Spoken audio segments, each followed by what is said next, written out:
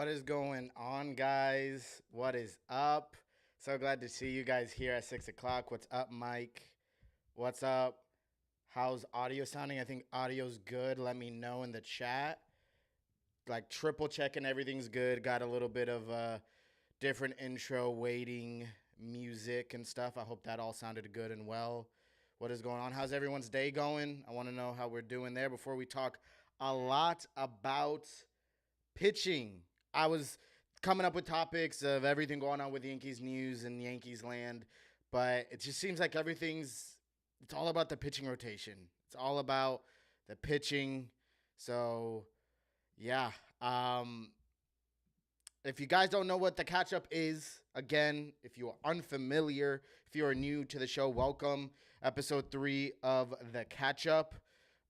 We just catch up on everything Yankees related. Anything that I don't cover on the YouTube channel, we cover here. What's up, Donnie Clark? So happy to see you. Missed you last on the live. Always chatting it up there. We always have great convo. So what's up, Donnie? What's up, Mike? And the catch up, again, we're catching up on Yankees news, catching up each other on how everyone's doing. So let me know down in the chat how everyone's doing, how everyone's feeling, how everyone's day's been. Very interesting head scratching news when it comes to the pitching rotation. Emotional roller coaster, to say the least. And hope everything sounds good, just to triple check. But we are going just to hop right into the first set of news, because I know we got a spring training game coming up in about 30 minutes. So probably want to check that out. I'm not too sure who's on the bump for the Yankees, but that's kind of going to be my focus till the end of the season, because I personally haven't experienced a starting five change as drastically as it has, like for us in the Yankees, since I've ever been a fan before, if that makes any sense.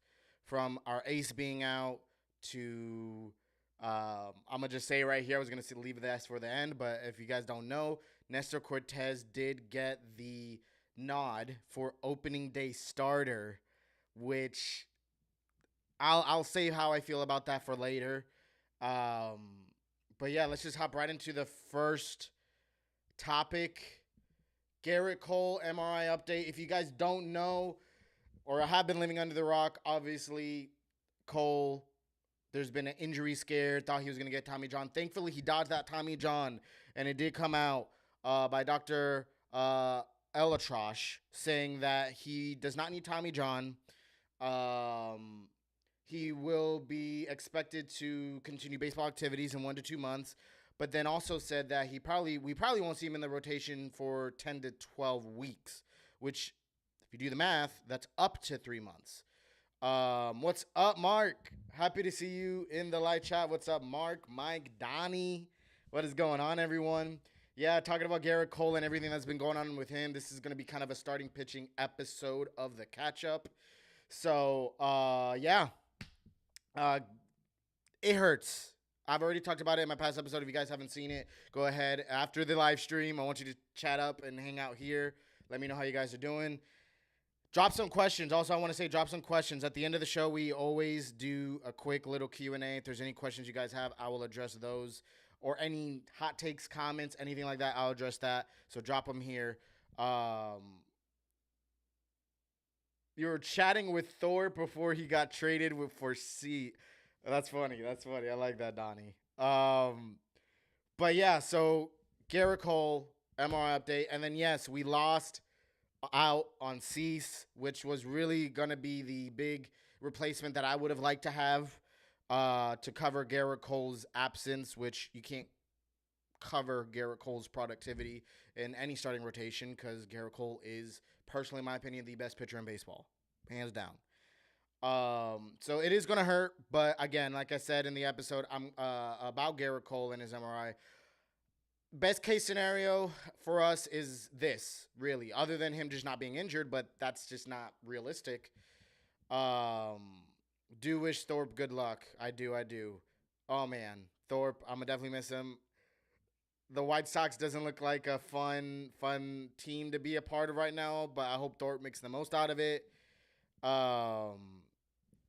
But yeah, and Mike, I'll definitely respond to that question in the Q&A towards the end of the episode. But Cole, um, it hurts. There's no way going around it. No way of replacing him. Now it's kind of, where do we go from here? Where do we go from here with Cole?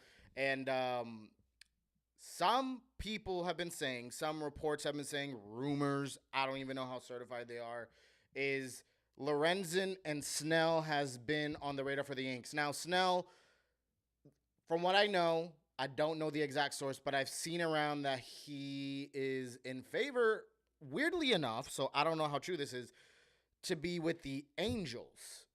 Again, don't know if that's because they're just trying to increase the asking price for the Yanks to scare them a little bit, or what the case may be.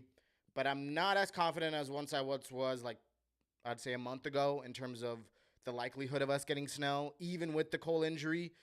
Lorenzen, I'll talk more about this probably on a separate video if you guys want, but absolutely not. Do not want Lorenzen. Do not want Lorenzen. Do not want Lorenzen. I know some people have said, oh, he's an MLB arm. He, I believe, got a no-hitter last year. But if you look at his overall stats, nothing's wowing me. And to spend money on something that I believe, on a player that I don't believe is really going to progress much, I don't know. I'd rather go internally. I'd rather go and call someone up like Warren, give Hampton a shot again for those couple of months until Cole gets back. So I'd rather go with internally. I don't see the point of getting Lorenzen. I don't know what you guys think, how your thoughts are on the rumors of the Yankees being interested on Lorenzen. He doesn't do anything for me. He doesn't. I don't hate him, but he doesn't do anything for me. I'd rather stick internally. I'm excited for the guys that we have internally. Could I be coping with the loss? Yes, I could be. Let me go ahead and actually start checking out what we got in the chat so far, because you guys are chatting it up. I'm loving it. Mike says, did the Yankees make an offer to Monty? As of about 2 hours ago, when I checked the latest news on the Yankees, no. From reports. I don't know internally what they're doing. I don't even know what the talks are looking like. We do know months and months and months ago, beginning of spring training, the crack of dawn of spring training, Yanks said they would love to reunite with Monty. Now, do I think that's going to happen? I don't. I don't think Monty is going to be in love with returning to the Yanks. From what reports have said, he's not a fan of how they traded him off and how the comments that were made from Brian Cashman to trade him off. Have we seen relationships be mended before? Literally this last offseason, Stroman and Cashman mended what was interpreted as a long little beef they had. And Cashman could come around and do the same with Monty and kind of set the record straight and let him know, like, hey, it was no hard feelings. And he did make the mistake, because at the end of the day, Monty was more productive than Bader. Though I love Bader, but that's just the truth. So is there a possible return? There's a non-zero chance. I never like saying it's impossible unless I get told absolutely from a credible source it's not happening. But you never know. I'm not banking on it, though. That's why I haven't even talked about it on an episode. That's why I haven't even really put much thought into it. But I don't think Monty will be coming to the Yanks. At least that's not going to be my first bet if I'd put money on it. So love the question, Mike. Donnie says, to everyone, do you think Hampton was on the table for Cease? Because Donnie thinks Hampton was. I think so. What I will say, again, I'm not a reporter, but I think the Yankees don't want to let go of a handful of pitching prospects like Hampton, Warren, Beater. And I'm pretty positive it would have taken at least 2 of 3, if not 3 of 3. Because if you look at the package that the Padres gave up, they gave up a few pitchers. And the Yankees already got rid of a few pitchers for Juan Soto and kind of had to refuel that a little bit. And even when they refueled it, they didn't refuel it necessarily with young top prospects. We do got some young guys that are good, but we kind of filled it in with Poteet. We filled it in with Morris and a few other arms. Weaver, I guess if you want to put him in that category in terms of pitching depth. but they're not. They don't have a whole lot of trade value. So I don't think. I do think, to answer your question, that Hampton probably was on the table, but I think probably what stopped that trade, if I were to guess, is that the White Sox wanted multiple of our young guys, and I would agree with the Yanks that I wouldn't have wanted to do that trade, despite the latest news with Cole being out. So, and you're right, Thorpe was a headliner, and unfortunately, we don't have a top prospect like Thorpe. So it would have required probably even more. So who knows? Who knows? Who knows? Who knows? But yeah, I definitely would have taken. We probably would have gotten robbed of all of our young top arms. So, and I agree, Donnie. Hampton's nasty. I think I'm so excited for Beater. So excited for Beater. Whether they said he may be a reliever, he may be a starter. Either way, I'm excited for him to produce. I think he could be great for us this year and years to come. And yes, great take. Even more so, going back to the Lorenzen topic, Donnie says you would still have to pay double for Michael Lorenzen, obviously Snell, and even if we get a guy like Mike Clevenger, that's still out there. Even more of a reason why I don't want Lorenzen, because I don't know what his asking price is, but let's say it's $9 million. I don't know.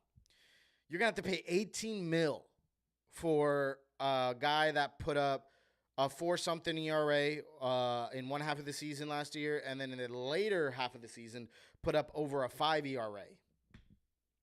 So I promise you, this may sound a little harsh to say, no one would be talking in the Yankees land. No one would be talking about Michael Lorenzen if he didn't get a no-hitter last year.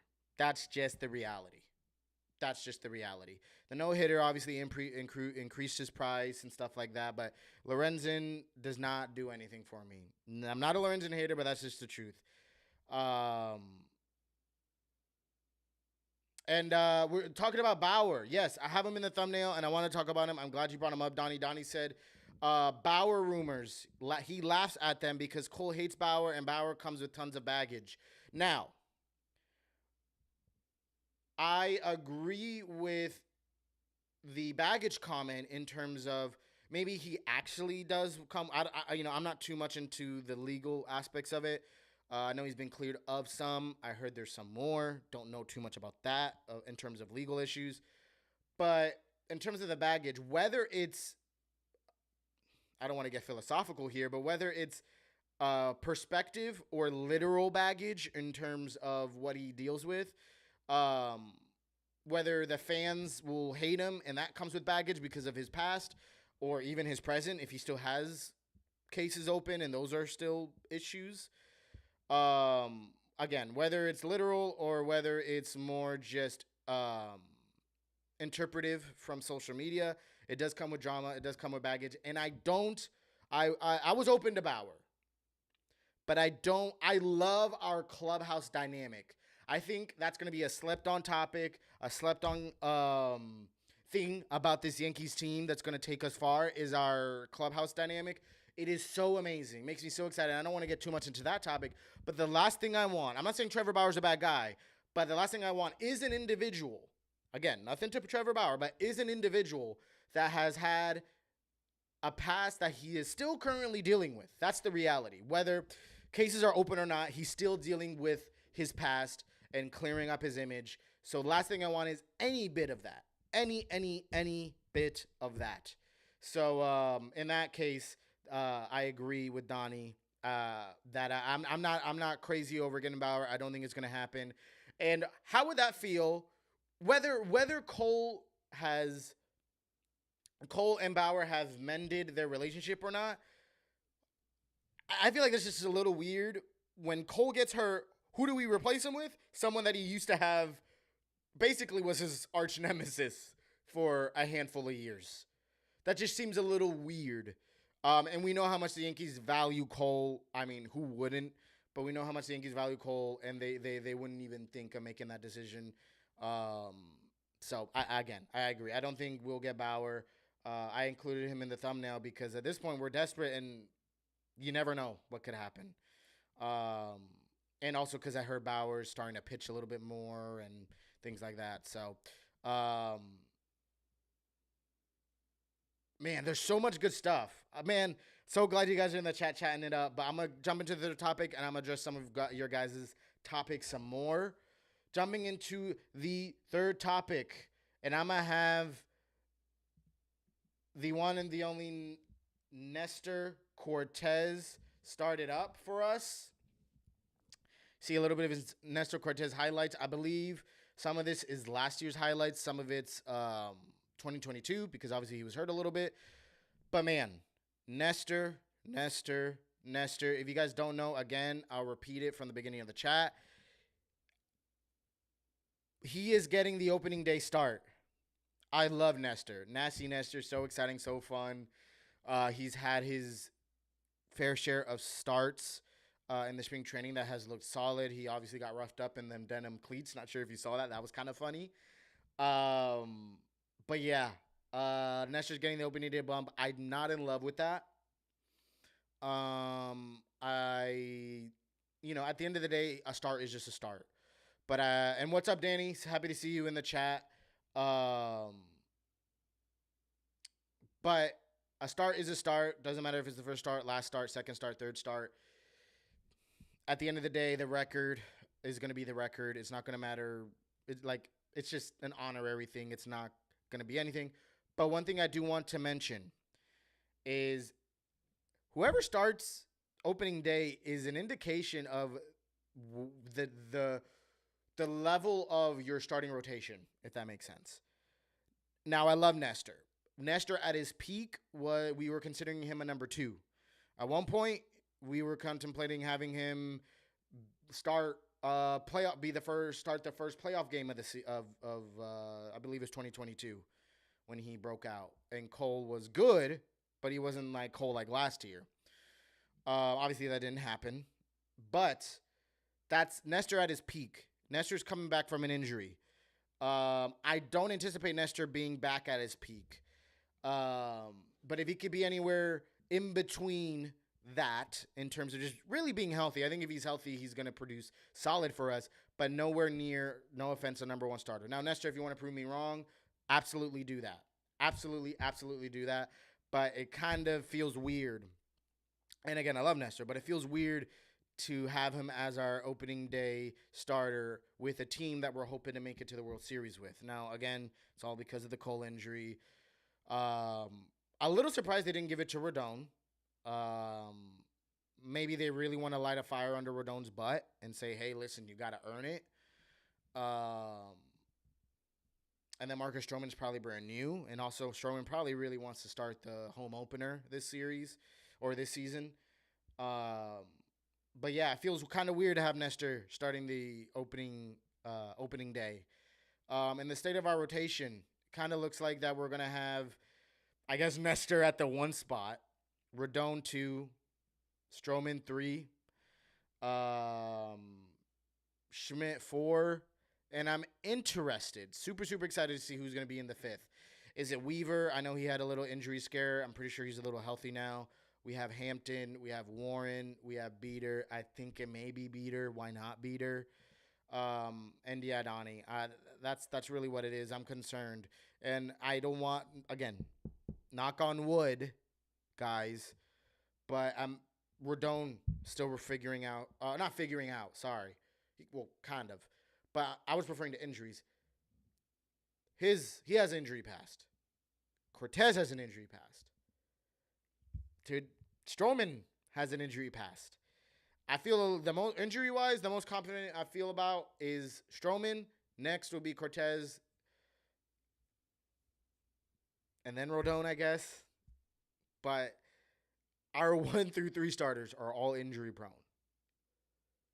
That's what happens when Cole, the best pitcher in baseball, is out of your starting rotation. And our starting rotation is top-heavy. So, that doesn't feel great. Does not feel great. I'm going to start. Well, let's get into some of the chat here while I have some Marcus Stroman highlights bugging out a little bit from last year with the Cubs.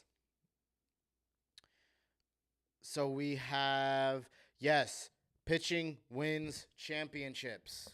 Pitching does win championships, Donnie. And right now, we don't have that pitching. We do not have that pitching.